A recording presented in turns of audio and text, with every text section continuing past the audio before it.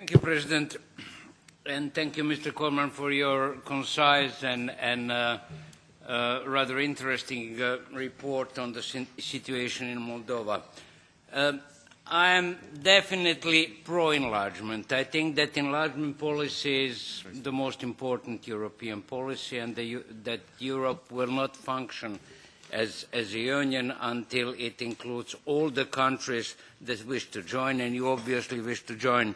You said the sentence, there's no turning back.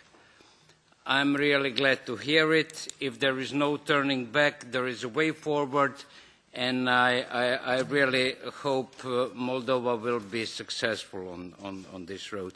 I would like to put two questions, really. There is obviously and understandably pressure from the East, pressure from Russia. You mentioned just gently the situation about export of wines, but I suppose there are some other areas of pressure, and I would like to hear your opinion. How do you see it, and how do you feel about it? And what's the general standpoint of people in your country towards this pressure? I usually oppose, my second question is about privatization.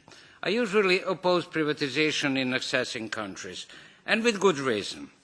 Until the country is completely settled politically and socially, privatization usually results in horrible cases of corruption and everything.